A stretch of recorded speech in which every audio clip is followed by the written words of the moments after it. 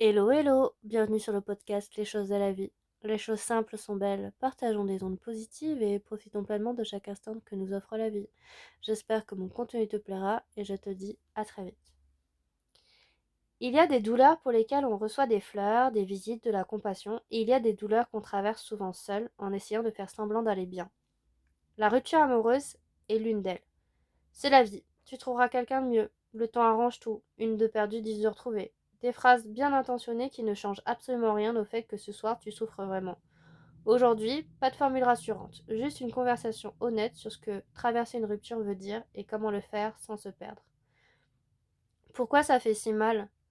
Une rupture, c'est pas qu'une peine de cœur sentimentale, c'est une vraie douleur, neurologique, physiologique.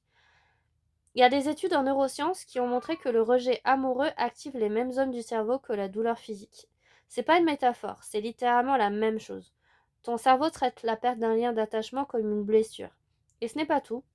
Une relation, c'est aussi une identité, la façon dont tu te voyais, en couple avec cette personne dans ce projet commun.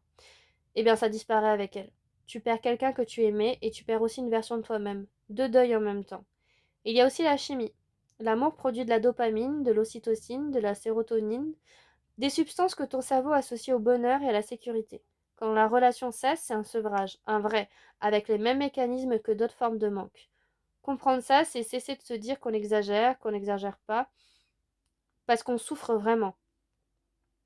Quelles sont les étapes du deuil amoureux? Eh bien, le deuil amoureux ressemble au deuil en général, avec ses phases, ses allers-retours, son calendrier imprévisible. D'abord, il y a le déni. Ce n'est pas vraiment fini, la colère. Comment a-t-il pu me faire ça? Le marchandage. Si je change, peut-être qu'on peut recommencer. La tristesse. Le fond du fond où il n'y a plus d'énergie pour se battre. Juste la douleur nue. Et enfin, l'acceptation, qui ne veut pas dire que c'est bien, mais que c'est réel.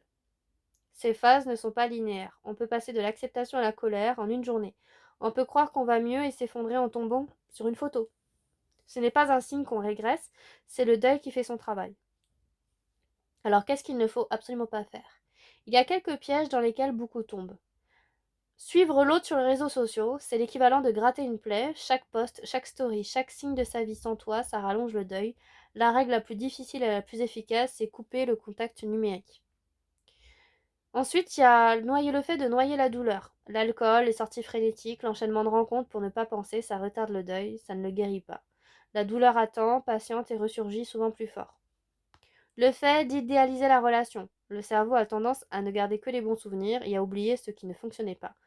Ah, on était si bien ensemble. Peut-être, mais il y avait aussi des raisons pour lesquelles ça s'est terminé. Vouloir guérir trop vite.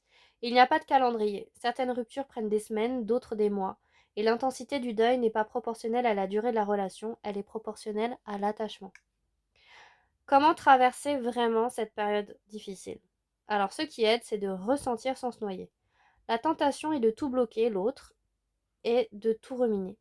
La voie juste est entre les deux. Il faut laisser les émotions traverser, pleurer quand c'est là, être triste quand c'est là, sans s'y installer indéfiniment. Fixer un temps de peine, par exemple 20 minutes où tu accordes à la tristesse toute sa présence, puis tu te lèves et tu fais quelque chose. Pas pour ne pas souffrir, mais pour rappeler au corps qu'il y a une vie en dehors. Ce qui peut t'aider, c'est de parler.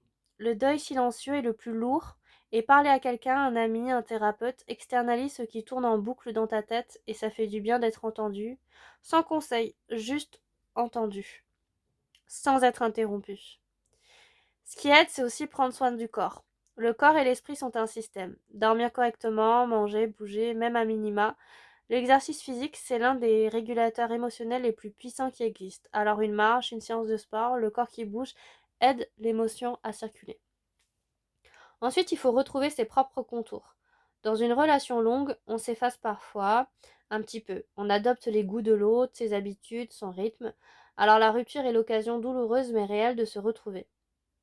Quelles sont les choses que tu as mises de côté, les amis qu'on voyait moins, les activités abandonnées, les projets qui étaient mis en veille? Ce travail de reconstruction de soi, ça n'est pas un luxe, c'est une nécessité. Qu'est-ce qui peut aider d'autres? C'est donner du sens sans forcer. Beaucoup de gens cherchent tout de suite à comprendre pourquoi ça n'a pas marché, qu'est-ce que j'aurais dû faire différemment. Ces questions ont leur place, mais pas trop tôt. Alors dans les premières semaines, le cerveau ne peut pas analyser clairement, il est trop dans la douleur. Le sens va venir plus tard quand on a un peu de recul et souvent il vient tout seul sans qu'on le cherche. Si tu traverses une rupture en ce moment, sache juste ceci. Ce que tu ressens est réel et légitime. Tu n'exagères pas. Tu ne devrais pas aller mieux plus vite et cette douleur, aussi intense soit-elle, n'est pas permanente. Elle traverse et elle ne reste pas.